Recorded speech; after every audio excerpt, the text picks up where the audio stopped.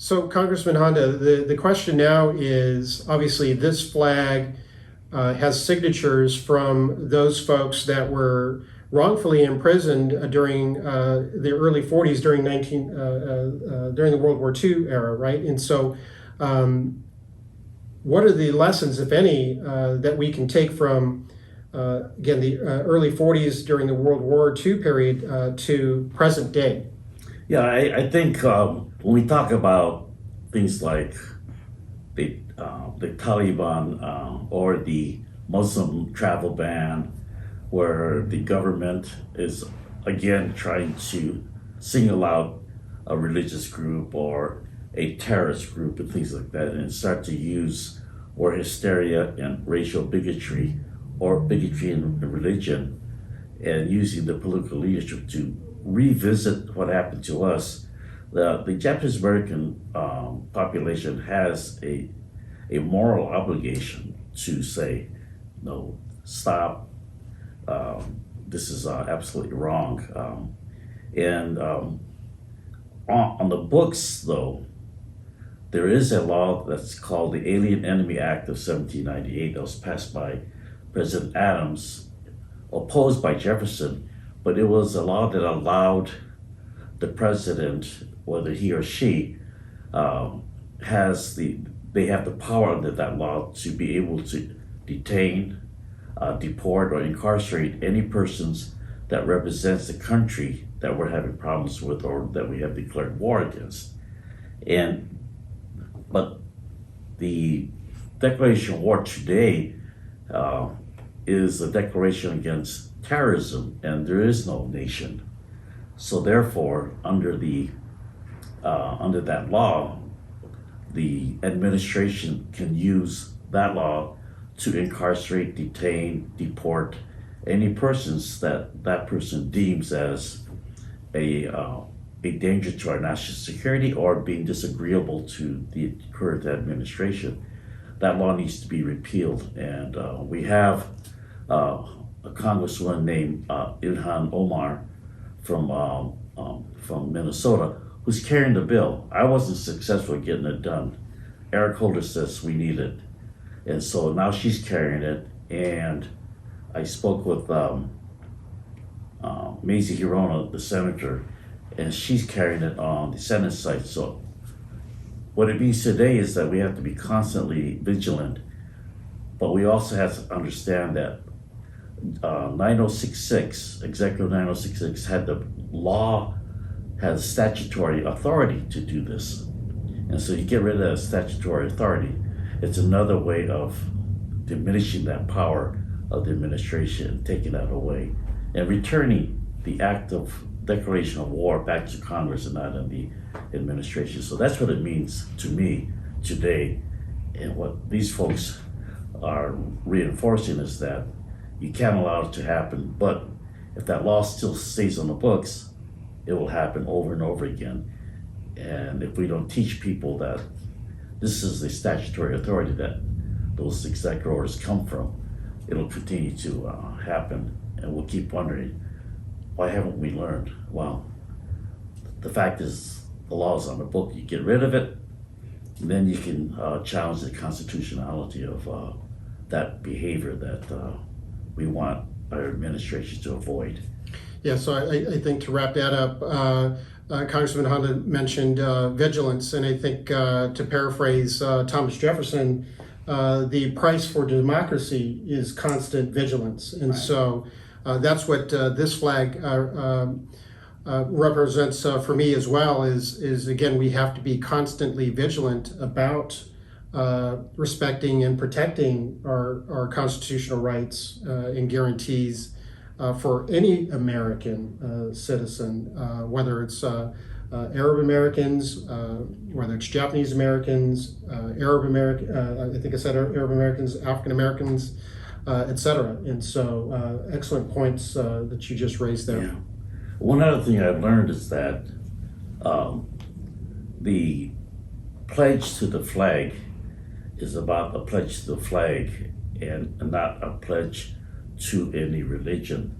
In 1953, Congress passed a law that incorporated the phrase "under God" in the Pledge of Allegiance, which was authored by a Baptist priest, Baptist minister, who was more concerned about our allegiance to the flag and not to any religion. Well, they added that into the Pledge of Allegiance, and I think that sometime in the near future, we should be challenging that as unconstitutional and eliminate and take out that phrase again so that the pledge will be appropriate for our country, because we're not supposed to put one religion over another, and I think the pledge does that. My opinion, but that's something I think that current generation, future generations have to decide whether it's an important enough thing to do and to address.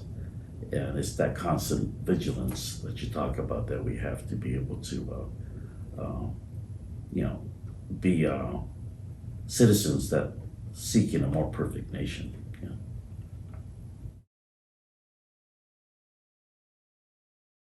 So the question that we have now posed is the segregation of the Japanese American soldiers during World War II and the types of battles they were ordered into. And so I'm going to ask Congressman Mike Honda to give us his thoughts and reflections again about the segregated unit of Japanese Americans in the 442 and again the types of missions or battles that they were sent into. Yeah, it's interesting question, because when the Nikkeis were drafted out of camp, one of the reasons was they found that they need more personnel, they need more soldiers, and they put at least 7,000 or 8,000 folks into camp that's eligible for the draft. The interesting thing was, prior to 9066, there were a lot of Japanese Americans in the military, and then when Pearl Harbor happened, a lot of them were asked to leave or were taken out of military service if they were from the West Coast. But the segregated battalion is another example that we talk about, but we have to remember that we weren't the only segregated combat team. Right. Blacks, yes, Latinos, Native Americans. So there were a lot of segregated, and they wouldn't let women into that. And today we know that gay, lesbians, and the LGBT were, if they knew about it, they would have been drummed out of the court also. So the important thing that we have learned, and we should be cognizant of it, that we were segregated in the military, but we were also looked at as, in my opinion, as cannon fodder when they used to send the combat unit into battle after battle without any rest. And when they were sent to rescue the lost battalion from Texas, we know today that the casualty rate was greater than the folks that they had liberated and saved from the Texas battalion. So the Texans, who realized what a sacrifice that these guys had made, changed their attitude towards Japanese Americans, and also changed their attitude about their Americanism and considered the 442 members as honorary Texans. But that being set aside, the real lesson is that our military should not be segregated along gender, along racial lines, religious lines. That if you're serving in the military, there's a reason for them being there. And when you're in combat, I'm sure that you're not going to ask, "Are you gay?" when they're watching your back. They're watching your back, And so I think the combat experience that a lot of the folks had with folks of different backgrounds, I think elevated their respect and their understanding that what happened when they returned to a segregated society, that I think that they were able to use that experience in the military, in combat, say to themselves, this is not right. And I think that that's one of the legacies that the combat veterans and those who had died had left behind, to really emphasize that it doesn't matter what background you are from. We're all Americans and we want to protect our country. And today we want to protect our country for the right reasons. Absolutely.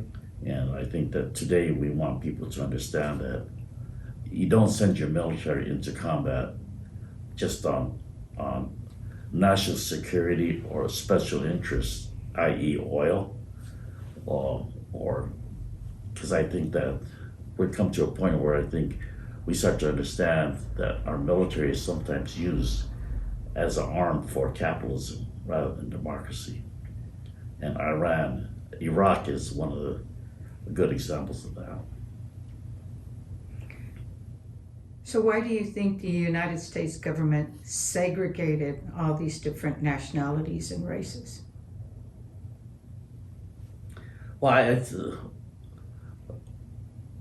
the reasoning that the military had segregated individuals in the military is it was racism. It was practiced even the Civil War.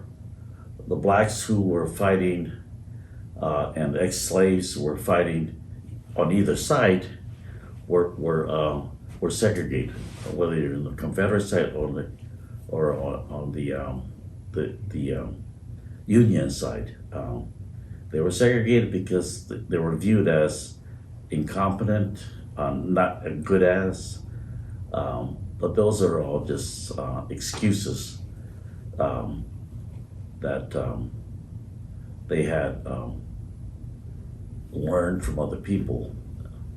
And I think that that kind of mentality harkens back to the framing of the Constitution when all of the members of the Founding Fathers agreed that to count slaves not as one individual for purpose of the census, and ultimately for individuals to be counted as population to select a member of Congress, they were designated as 3/5 of a person.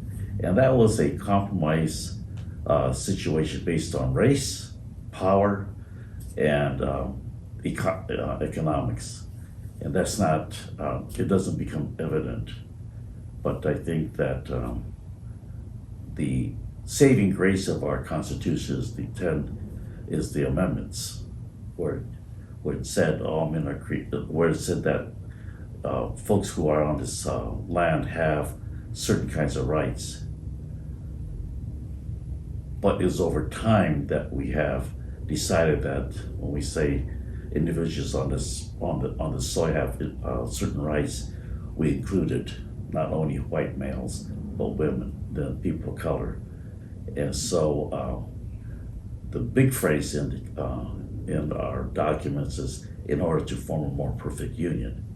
That is the effort to continuously embrace more people and include more people and not exclude them or be discriminatory towards them. And I think that's the mindset that we should have. And having that, then segregation, discrimination, racism, sexism, all the isms that we have today can be challenged, and on moral grounds and on constitutional grounds.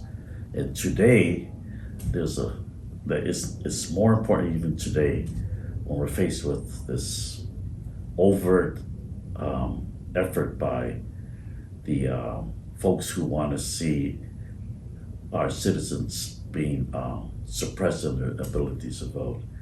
And it runs along racial lines, and it runs along color lines, and it runs along gender lines and sexual preference lines. And so I think that we're at a point where we're becoming more and more aware, and then we have to act on it. And being aware without action is silence.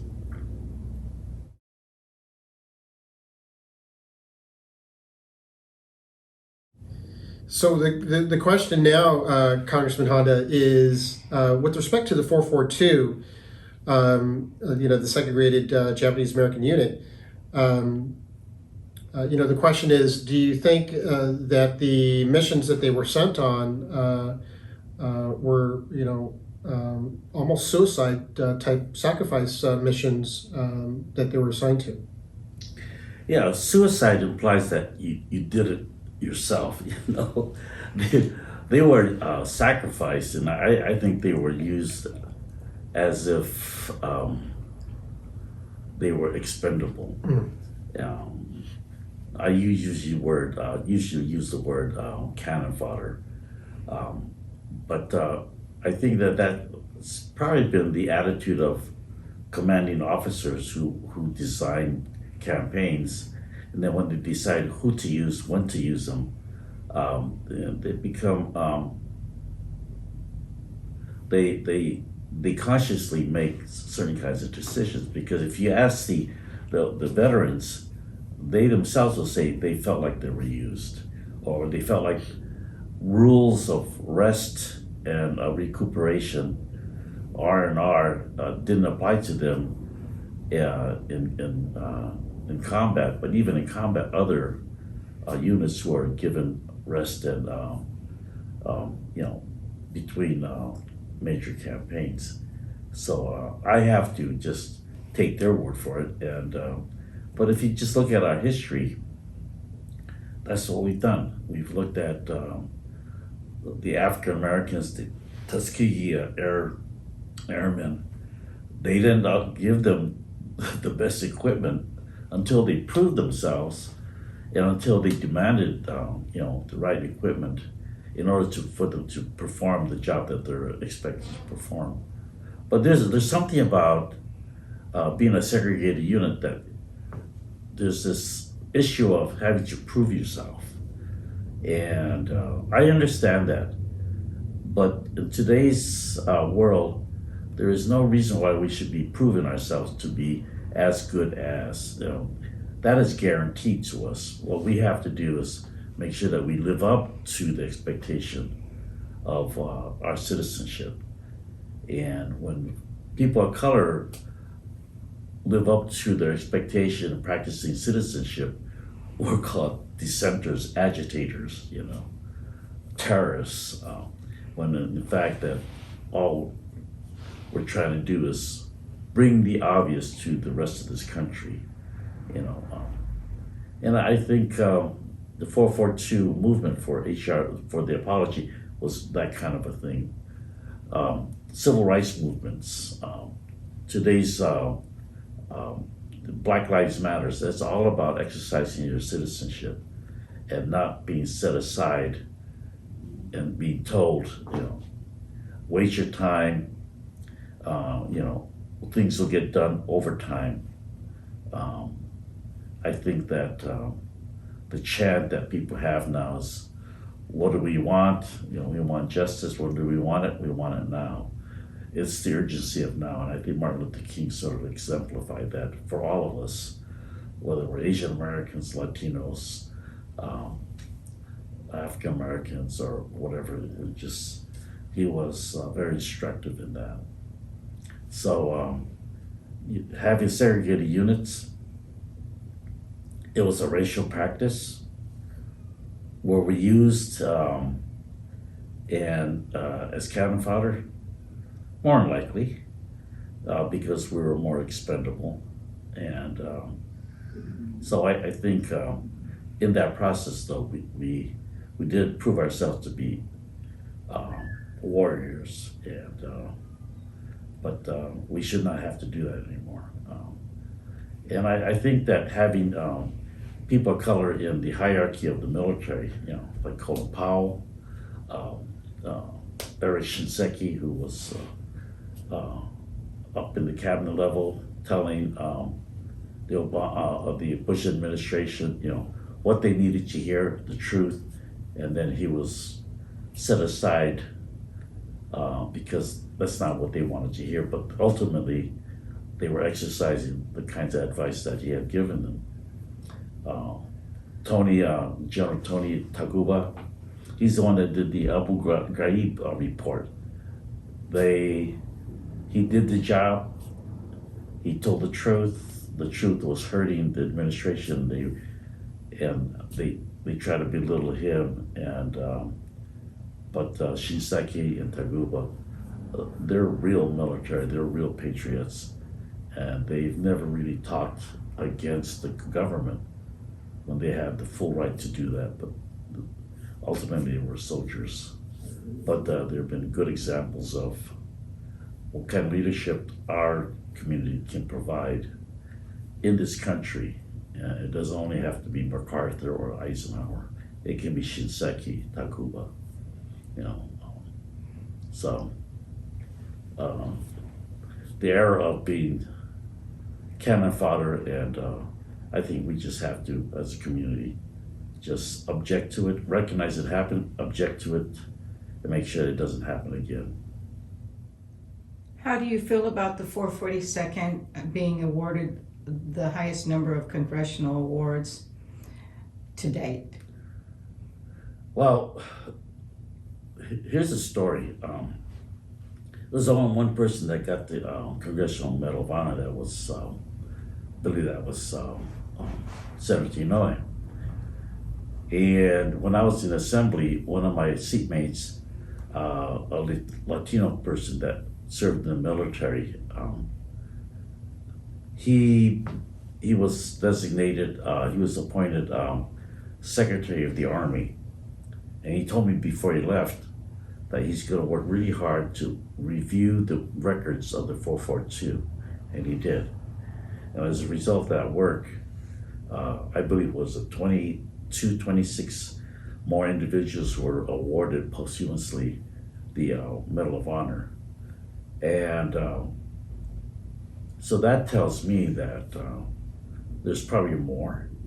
The person who led the 442 initially was Colonel Ok Kim, and he was asked, you have a problem leading the Japanese Americans, and all he said was, they're Americans. He should be also awarded a Medal of Honor, and he served in other countries as a U.S. Army person, and he received the highest awards, medals in all those other countries except here. And I think that we should be looking at the records, war records of other groups, and ask ourselves, do they not also deserve a Congressional Medal of Honor? And I think that that's something that's a chore that needs to be done and taken up with a lot of vigor.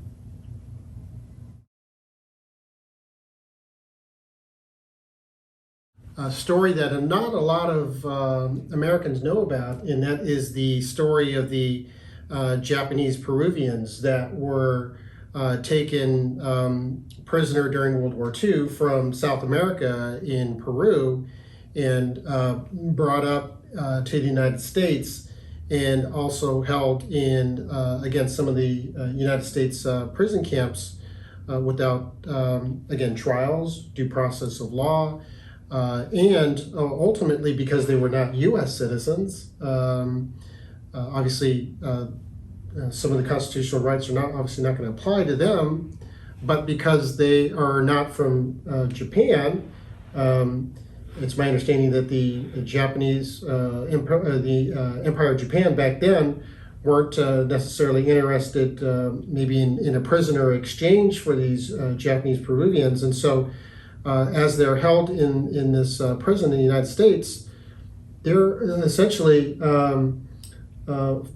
citizens without a country. And I think there is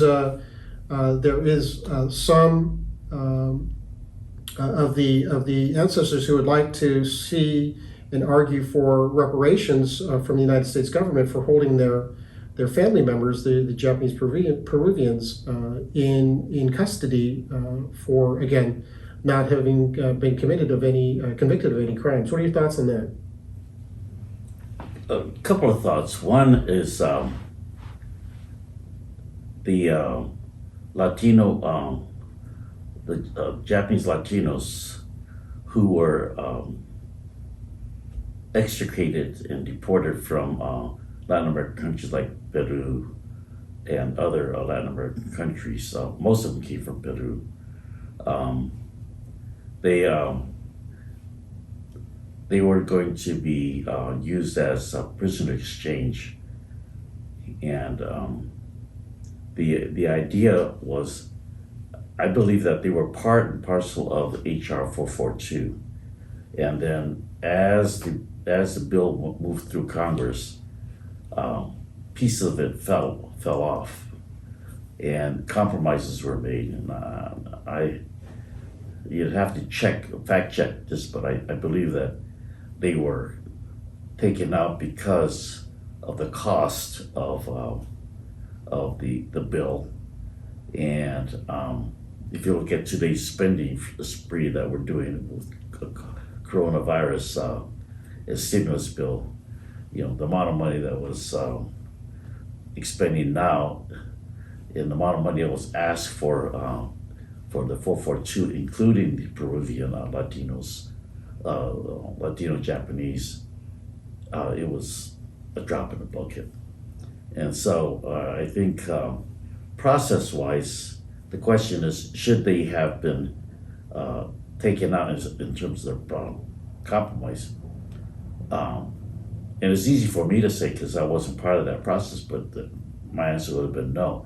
You want to compromise on the reparations amount, but make sure that that those folks are included.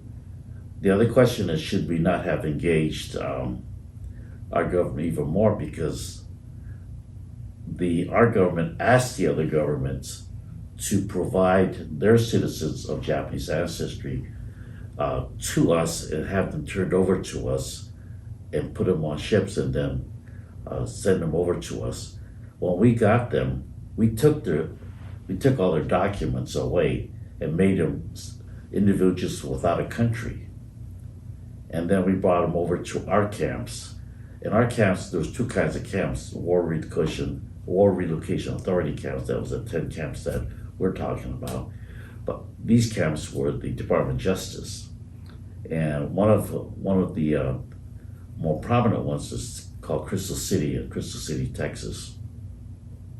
It was probably the largest DOJ camp because the people in that camp exceeded the population of Crystal City. And so, and there's a lot of stories about folks who have been ripped out of their homes. And I believe if we look at the details, not all the Peruvians of Japanese ancestry were taken out. Only the ones that had property, that had influence, and they were taken out because of greed and of taking advantage of being able to steal their wealth and their progress that they made in the Latin American countries. But they ended up individuals without a country to be used as prisoner of war exchange. That is the height of insanity, I think, and the arrogance of our government to be able to use those folks for the purpose of prisoner exchange. And I don't know how many of them were used as prisoner exchange, probably little or none. But they have an issue. That issue has to be addressed, and it's a constitutional issue. And maybe the way to get more attention to it is to declare President Roosevelt as a war criminal. Even though he has a good reputation, I think his reputation is probably more the impact that his wife had on him, because when we were put in camp, she's the one that visited. She's the one that advised him not to do this. So I guess one of the things we learn is that politicians will make political decisions, and to hell with the people's lives that we impact. And I think that, the closer we get to the humanity of our policies, the better our country we will be. But the fight that the Latino and the Peruvian Japanese have is a righteous one, and I think that if we ever get an individual who understands that, whether they're Latinos or Asians, and start to use that as a platform to move a bill through Congress, it's going to be a long one, but I think that it's a righteous one, and it's one that we should keep pushing for. Just as we should be pushing for an apology on that's embedded in H.R. 40, Sheila Jackson Lee's bill on reparation for slavery. It doesn't mean that it's about money, but reparation of some sort in some fashion that's going to make an impact on our psyche of this country. And so the damage that we did to those families, in my book, is unforgivable. But they're meeting on an annual basis. They're doing pilgrimages to Crystal City, and I think that that should be part and parcel of this flag too, because they are also the victims of 9066 and victims of our effort to wage war in a way that I think destroys the humanity of the citizens that are here, and I think that it's time that we pay more attention to them. Do you believe the United States government committed a crime by kidnapping the Japanese and Latin Americans to try to use them as prisoner of war exchange? Yeah, I'm not sure the word kidnap. We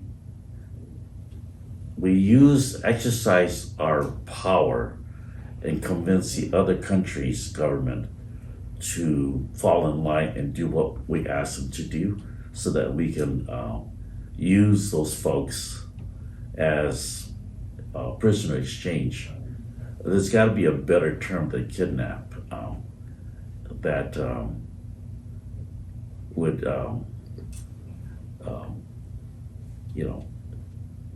there's got to be a more damning term that we can use, that we did to the Peruvians.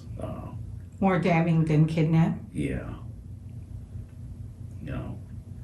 It's there's got to be another phrase, but we committed an atrocity, a human atrocity towards them, and they were innocent. Right. South America was not involved in World War II. Oh yes, they were. Were they? When they committed that act and they fell in line, they became partners in that crime. That's true.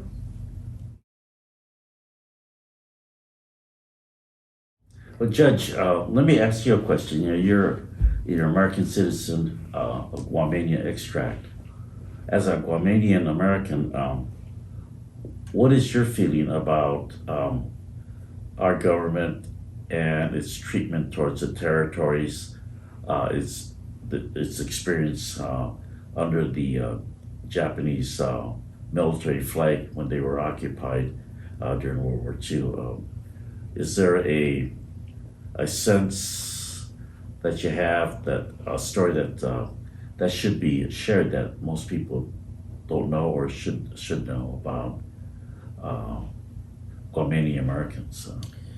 Yeah, so great question. And my mother was born January of 1941, so about 10 months before the island was invaded by Imperial Japan. The island was actually invaded on December 8th of 1941 But when you factor into the equation, the international date line, it effectively was attacked just like Pearl Harbor was on December 7. And again, Guam, the Philippines, Midway, and some of the other Pacific Islands were also invaded. And Guam was under Japanese imperial occupation from essentially December 8th until the liberation began in July 21st of 1944. And the occupation, from my reading of other people who lived through it, my mother was too young to have any memories, so I've read literature and memoirs of others who were old enough to document their histories and their memoirs, and they write of the brutality of the Japanese imperial soldiers during that time frame. And so the Chamorros, the native who were living during the occupation, were kind of resistant, obviously, to the methods by the Japanese imperial soldiers, because they compared the harsh conditions and the brutal conditions, some of the beheadings and some of the rapes and the starvations, compared that to life pre-Japanese imperial occupation to life, again, under the United States flag, where there was civil liberties and freedoms that were in place. And so when you have the United States Army and Navy and Marines coming to liberate Guam during World War II, the Chamorro people were very grateful of the United States forces. They were liberators, they were saviors, right? Yeah. And so, the mindset of that generation, being grateful and thankful for the liberation and thankful for any rights that would then come later, because as you know, Congressman Hunt, Guam was a U.S. territory back then and still is. But the Guamanians weren't given United States citizenship until 1950. So the war ends for Guam in 1944, but it wasn't until 6 years later that true United States citizenship was bestowed upon the Chamorro natives, the Guamanian residents. But it's still a U.S. territory, and with no voting member, as you know, no voting member in the House of Representatives. They have a congressional delegate, but non-voting.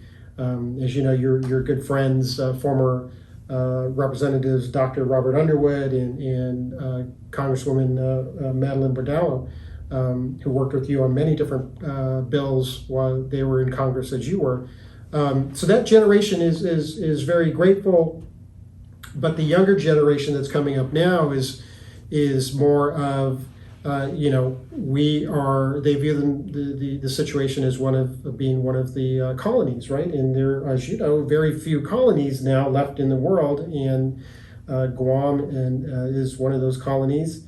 And the younger generation would like to see more of a self-representation for the island, compared to their political relationship with the United States. And so how that takes into effect, I don't know, because I know that issue has been voted on by the people of Guam and with mixed results in terms of pursuing either statehood or pursuing a political relationship similar to a Commonwealth status that the Northern Marianas Islands has. And so being here in the United States, viewing that from afar, because I've been living here in the state of California for the last few decades, it's interesting to see that relationship kind of play out between Guam and now the other territories, right? The U.S. Virgin Islands, Puerto Rico, American Samoa. They're now pushing those congressmen or non-voting delegates are pushing together a package to try and afford those U.S. citizens more constitutional rights. And so it'll be interesting to see, again, how that plays out and how that develops in the world that we live in today, because even though Guam, Puerto Rico, the Virgin Islands, American Samoa are kind of distant islands compared to the continent of North America in the lower 48. You know, with today's technology in the internet and social media, you know, we're really not that far anymore. Whereas without that technology, you know, you had to rely on the mail system, the snail mail system for information, or telegraphs for information, or boat, you know, for information, or planes.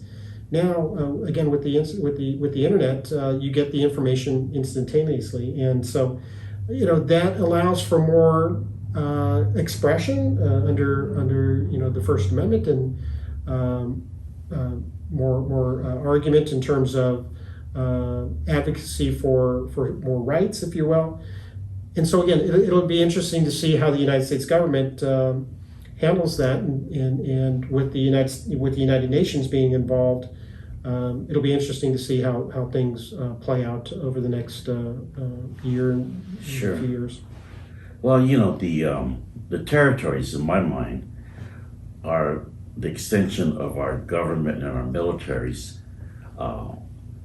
imperialistic past. You know, we acquired those through war, but we never afforded full citizenship to any one of the territories, in spite of the fact that per capita, those territories have more people in our military per capita than the mainland. And so there's a contradiction, and there's also that, again, that whole issue of social, political segregation, and for American Samoa, they still have to come back to this country on the mainland through passports, and you don't, because they were forced to make certain kinds of decisions on the way they view their own culture. And so I think America, the United States, is going to have to either shit or get off the pot in terms of extending full citizenship to the territories, and provide them with the necessary support and amenities that we afford every child here: education, social services, and political strength. Look at how we treated Puerto Rico during the hurricane, and so I guess that's where we have to have more the diaspora in Congress to make that effort and make that move. And I think that the more diversity we have in Congress, the better chance that Guam, Northern Marianas, American Samoa, Puerto Rico, Virgin Islands will have a greater degree of representation. Well said. Yes, representation always matters. The territories should be able to become a state in the United States? Yeah, I think that, you know, if we're going to extract, and we have a few thousand folks, Marines and Air Force folks on Guam, and we wanted to take a lot of the Marine Corps out of Okinawa and put a third of them into Guam. That would increase the population of Guam exponentially, but they didn't want to integrate into the greater Guamanian society in terms of kids going to public schools, things like that. That's nonsense. All you do is set up a segregated community in an occupied country, and you might as well call them colonies rather than territories, because that's what they are. But do you think they would want to become a state? That's where they have to vote for it, and I think most Guamanians would rather be a state. I don't think they want to be independent. Puerto Rico, it's a big fight. It's 50-50 a lot of times. DC, absolutely, Mhm. they should be a state. Yeah, DC should have, absolutely. Virgin Islands, they have to decide. Right. But the bottom line is, as long as they're colonies, we treat them like colonies. Yeah.